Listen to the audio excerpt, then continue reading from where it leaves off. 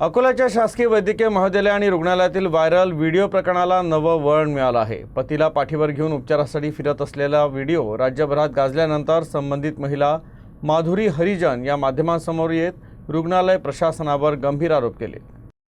अकोला जिल्ह्यातल्या मूर्तिजापूर तालुक्यातील माधुरी हरिजन यांनी पुन्हा आपले पती संजय हरिजन यांना उपचारासाठी रुग्णालयात आणलं होतं।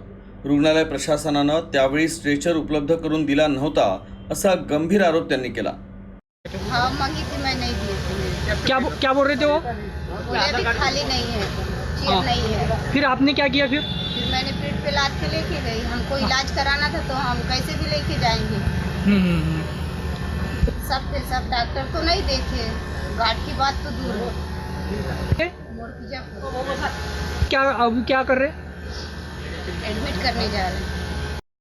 तर या प्रकरणात राजकीय प्रतिक्रिया देखील उमटल्या होत्या आणि 2 कर्मचाऱ्यांवर निलंबनाची कारवाई करण्यात आली होती। तर वंचित बहुजन आघाडीचे नगरसेवक पराग गवई यांनी या कुटुंबाला मदतीचं आश्वासन देत पाठपुरावा सुरू केल्याची माहिती दिली।